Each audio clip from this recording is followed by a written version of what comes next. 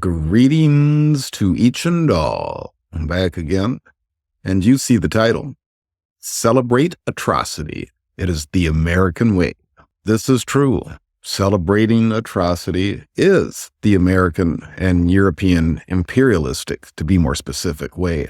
The background images on this week's thumbnail come from this video here, which was an AI video. I'm sure many of you have seen it, with Trump Gaza, showing Trump transforming Gaza into the travel spot that he had mentioned prior in another video where he wanted to expel the Palestinians without their right to return. And here Trump posted this video on his Twitter account. And what it shows is here in this image is these two pudgy belugas, which are probably fairly fair caricatures of them. But him and Benjamin Netanyahu relaxing at Trump Gaza. You look over here at the right-hand picture, you see this was an image from the video that shows the Trump Gaza hotel. A biblically blasphemous image of Trump as a golden idol on this other video here at the top. And it is textbook for European racism and European imperialism. So what we have here is the depiction, and obviously he did this on purpose. It's very symbolic. The European racists love to try to be symbolic whenever they can, and I'm going to go into that later in a way that's pertinent to the Black community. They are fantasy images, and what they're doing is they're standing, they're relaxing, they've cleared the area, and they are recreating on top of the bodies of slaughtered Palestinians. What I offer is, even if he got to fulfill this fantasy, I would at least do my part to whatever degree, and I'm sure there would be a global movement, you can guarantee it, that it would be the most boycotted casino in history. So it will be boycotted in ways, and it'll be a land of terrorism. It will never get rest. But the problem with America that has always been is the colonial mindset that is a scourge to the planet, that is a detriment to the planet, that is a threat to the planet. And these people are never going to change. And I look around, 20 years ago, I thought that the racism would be not eliminated, but would be far less than what I experienced in the 70s. And it hasn't. It's trying to reemerge. So, and I don't think that our media producers, certainly in what is called the mainstream media, are being honest enough. No, these people are never going to change. There will never be peace as long as they have control. There will never be equality as long as they exist in control. They must be met head on. And anyone teaching you anything any different is lying to you. I can't bear the thought of lying to young people or anyone ever again. And any of our media producers that aren't speaking that truth are lying to you. The time is now. Their aggression is to be met with aggression. Their hostility is to be met with hostility. The time is now, and they're going to find out. So the situation would be dire if they were the dominant population. The fact is they are not, and they're trying to reenact a time where they had a dominance that is gone. Their Make America Jim Crow again is done. And they're gonna find out. So let's just follow the pattern. I noted before that what happens to the Palestinians absolutely has an effect and a transfer that allows us to see what the climate will be for the people that are not Europeans in this country under this racist regime. I believe it's a coordinated effort. When we see the shift to the right in Europe, when we see the gross shift to the right that has happened here, not just by the right wing, but by formerly left-wing media. The Young Turks is a prime example, have gone right-wing, are trying to rationalize working with racists, saying we need to meet with and understand. There's nothing to understand about a racist. There's no middle ground with a racist. Cenk Uygur and Anna Karen-Sparian are embarrassments with that. They disrespect every non-European employee that they have. It's a farce, but I think it's something bigger than just mere coincidences. I think this is a coordinated effort. So when I say what happens with Palestinians has a direct effect on what happens as far as any kind of reparations movement, which I have always said I figured was negligible unless there was a huge cultural awakening, but that we should always strive for it anyways, forever. We should never quit. But if you think that we can live under a government that can fund the mass atrocities and crimes against humanity that have taken place against the Palestinian people, which under wholly racist premises, If you think that that same government is ever going to look at the humanity of what has happened to the people that have suffered from slavery in this country, you are sadly and grossly mistaken. They are a canary in the coal mine. God bless them, the Palestinians. They are at war with white supremacy to a degree and magnitude that has not been seen in this country since Nat Turner's revolution. And I personally chant for their success. You have to recognize the pattern here, the symbolism of this, that they're just going to recreate over the bodies of what they've ethnically cleansed, recreate over a genocide. It is a long historic pattern, well documented with the European. And I want to example this. And this was a response to another tweet from Donald Trump on Columbus Day.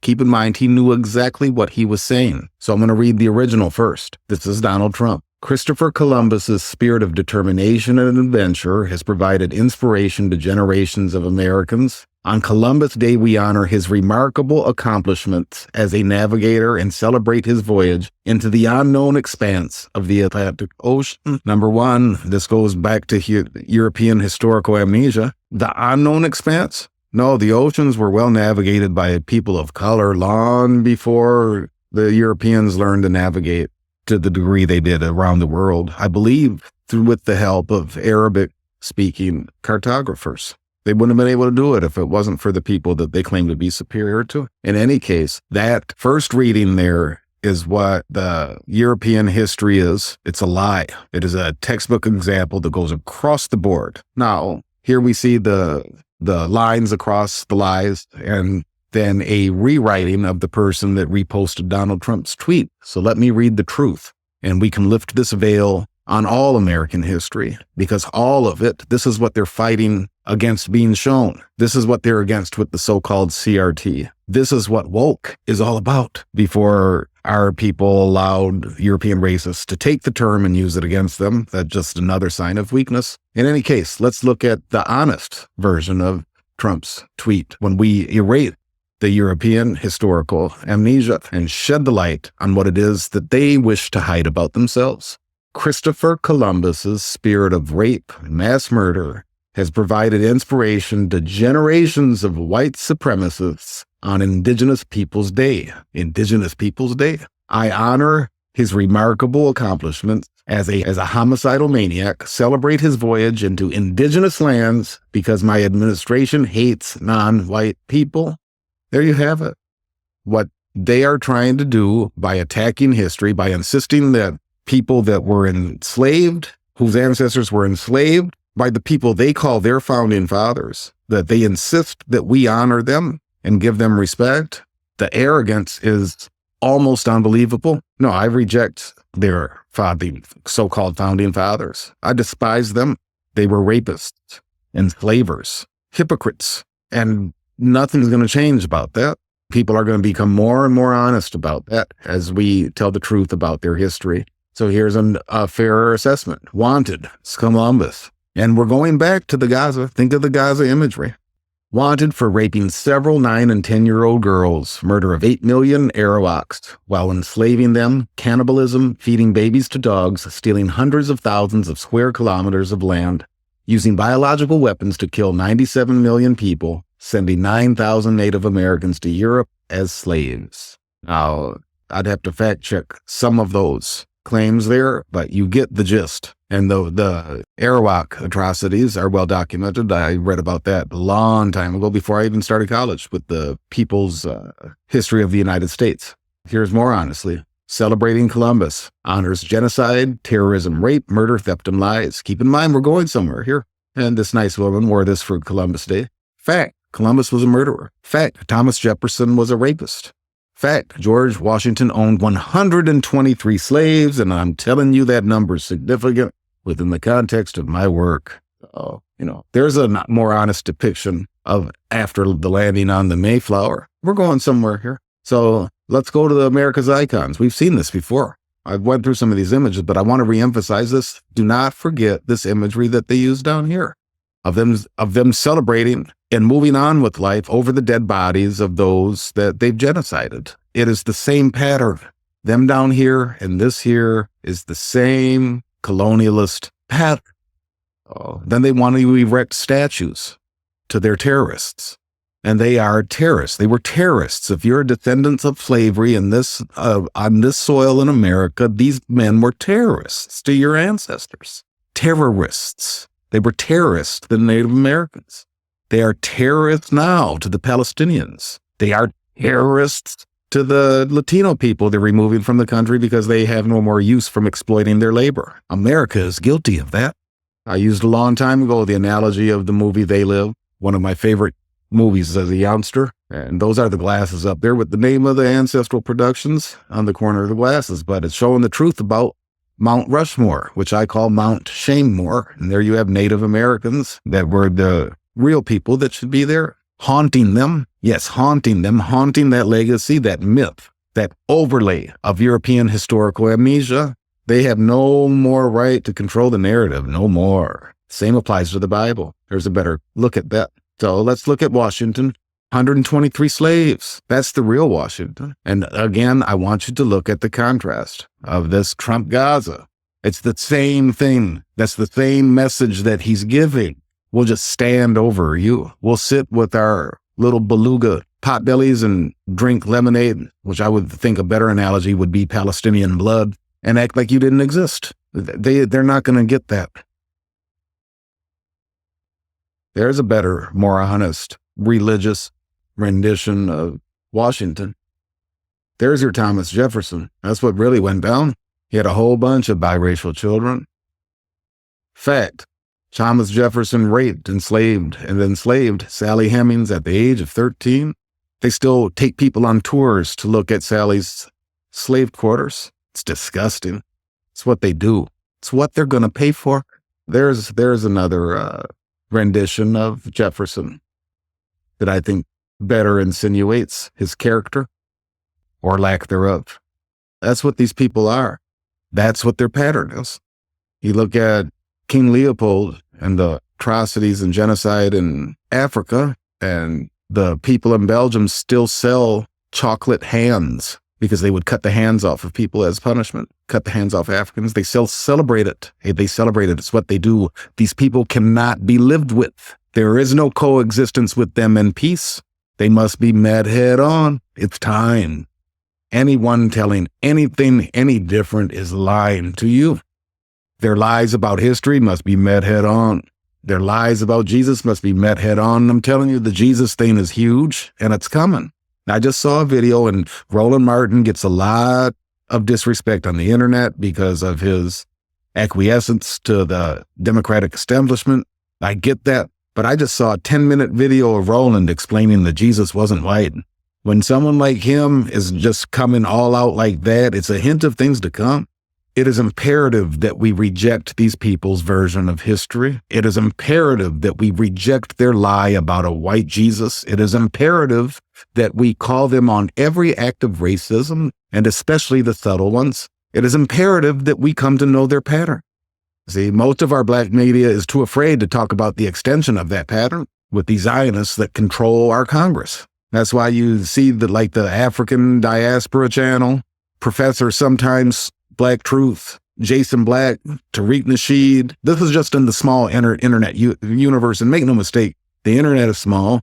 I was just talking with an African American friend of mine last week, master's degree business owner. His wife owns their own business or whatnot. They are connected to their community. They're very social, etc. And I told him about FBA, and he had never heard of FBA.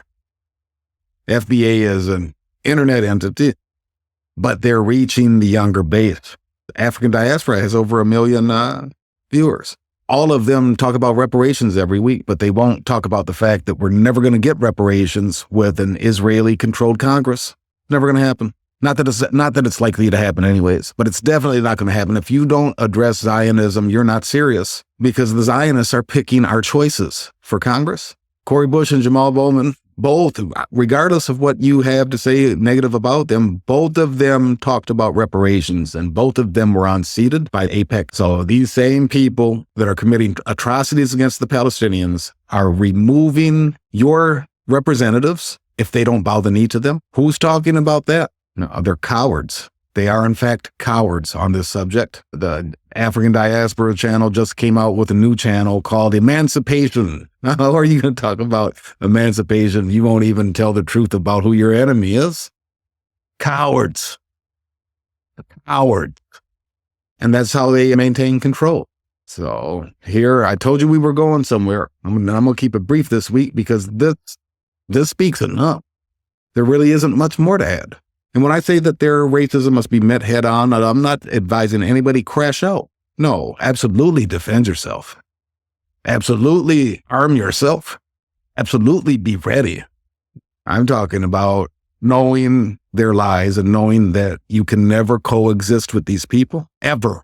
You will never be treated equal by them, ever. And first and foremost, you must know that they are not superior to you. So let's go into symbolism and irony. Here for Black History Month, I said they like to be symbolic, symbolically cruel. They're sadists. And it says, Trump set to honor generations of Black legends with statue garden. Now, my intuition, I got a bleep with that on my radar screen. I'm like, oh, no, pattern, why am I looking at this cynically? Well, I'm looking at it cynically because, yes, he's going to honor generations of Black legends, and he's going to honor them. And there will be ways that when they put this museum up, they're going to set it up where it's going to be very clear who the real American heroes are. And this is all a part of Trump's vision, the National Garden of American Heroes that he talked about in 2020, where he's going to re-erect the Confederate statues. No one said anything about that in the mainstream media. Yes, this is the same project. So yes, he's going to throw up a statue of Muhammad Ali and other Black acceptable. And Ali was I was surprised that he said Ali, given Ali's views of America or whatnot, but, other more socially accepted, quote unquote, American heroes. But you can read this yourself. But he proposed it in 2020. But here's the meat of the issue, so to speak.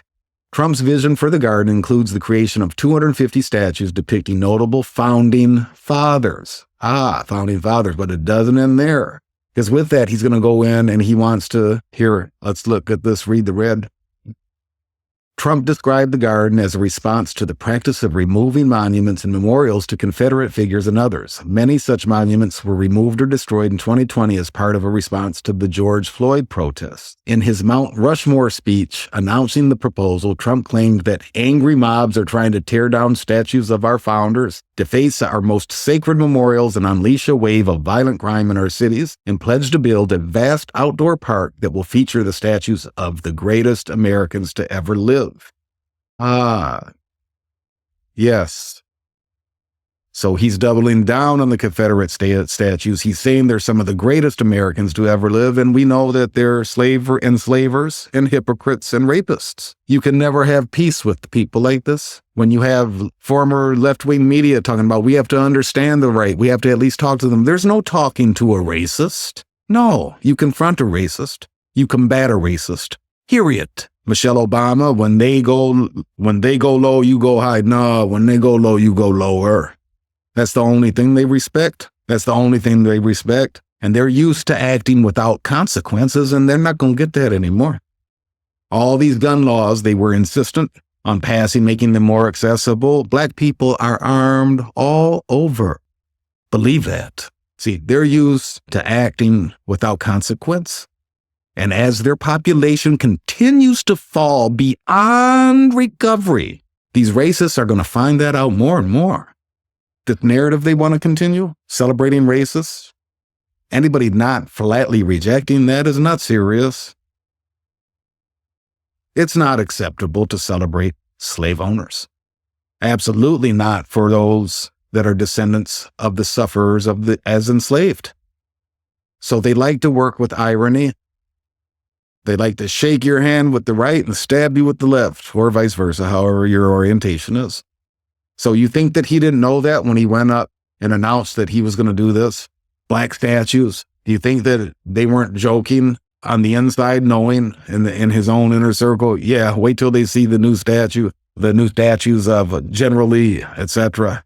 They're going to celebrate the worst committers of human atrocity on the American soil, and that's the Europeans. They're history is shameful. These men are shameful. Not all their history. Like I said, they make the choice to pick racists and enslavers as their idols. There's a well-documented history of abolitionists and Europeans that were wholly opposed to slavery, found it disgusting. Plenty of data on that. That gets a small paragraph in a book compared to their pale supremacy idols. My point is, there will never be peace with these people. They don't know how to have peace. They are hateful to the core, and it's okay to hate them back. As a matter of fact, it's necessary. Your survival depends on it. Turn the other cheek, not an option. None of it. And no, it's not going to change. No, it's not going to get better. Not without stepping. We have to reject their symbolism. And that's my assessment of the field. And I think that people are a lot more intolerant of them than they know yet. They don't have the numbers to do what it is that they want to attain again. And if you were a religious person who are religiously oriented, I don't know how you can't help but look at the population, the statistics, and look at their fall in reproduction. How can you not view it as anything other than a grace of God? Oh, yeah. You have to learn to recognize the patterns and see what they are. They're never going to change. They repeat the pattern over and over. What we see with this AI-generated fantasy is them reenacting what they've always done, you see. And so they try to spread that hate. It's like an infection. It's a virus. It's the worst virus that's ever touched this planet. European supremacy mythology. They try to infect whoever they can to join them. And when all is said and done, if they even had their way, they're going to turn on one another as soon as they get the chance. We see that starting to take place in Europe right now. So these are things to think about. It's just my 2 cents. Their racism has to be addressed aggressively. And if you're unwilling to do that, then you might as well just bow the knee now. They've never been weaker. They've never been weaker, and they're going to only continue to get weaker. And you'd better believe they have some very sophisticated plans against us. But their self-esteem is based on a lie and their colonization of a religion that's not theirs. And it is okay to remind them of that. As a matter of fact, it is necessary to remind them of that. They are not who they think they are. And it's going to be humbling the more that they learn that.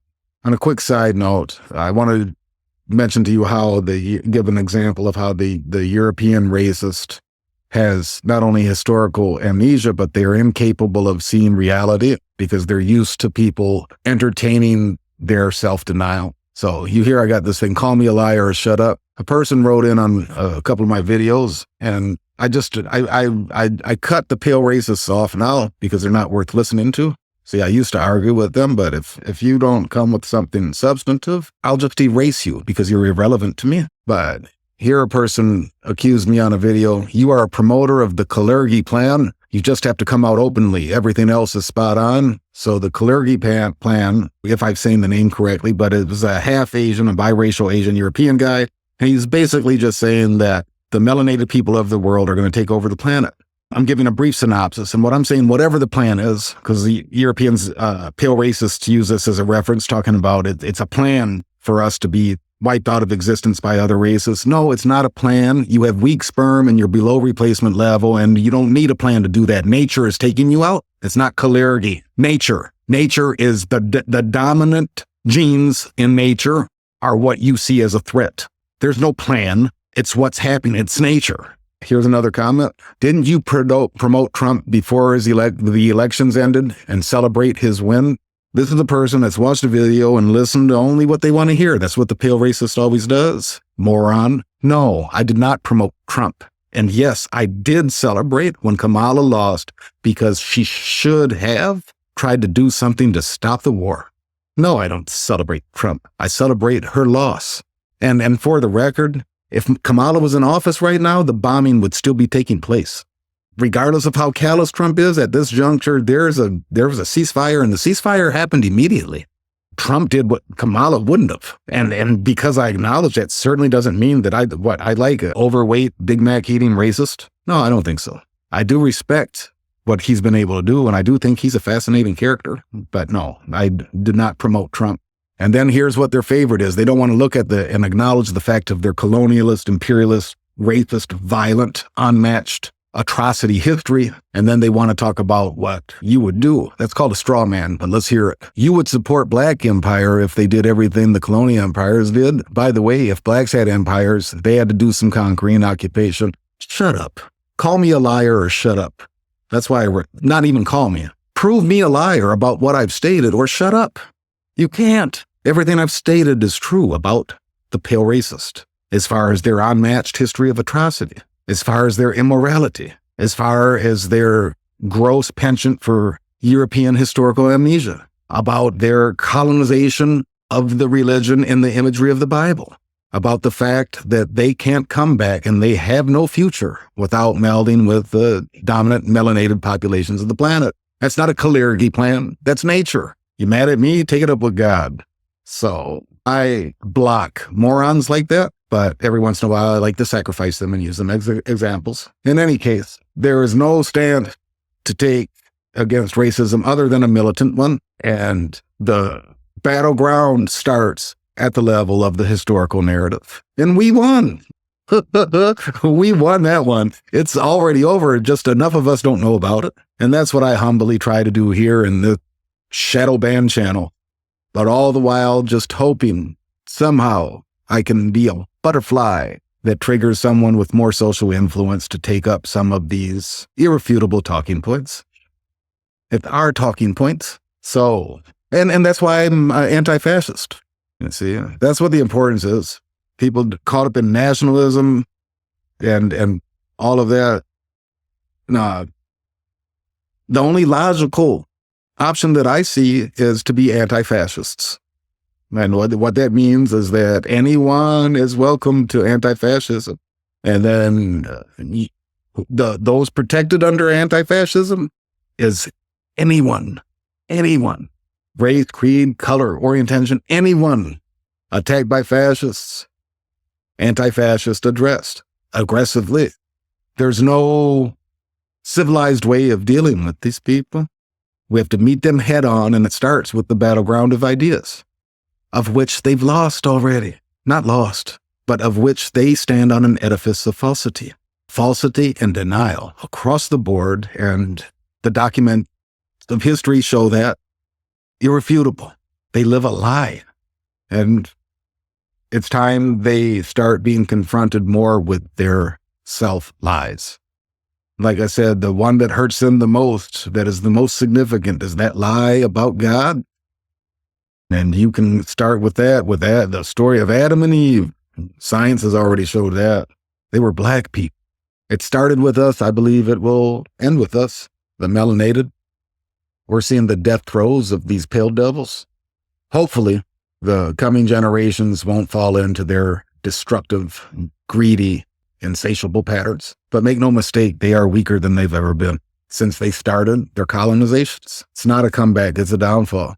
And anyone with a spine has a duty to help accelerate it. So, on that note, as always, peace and blessings to all. And this has been an Ancestry production.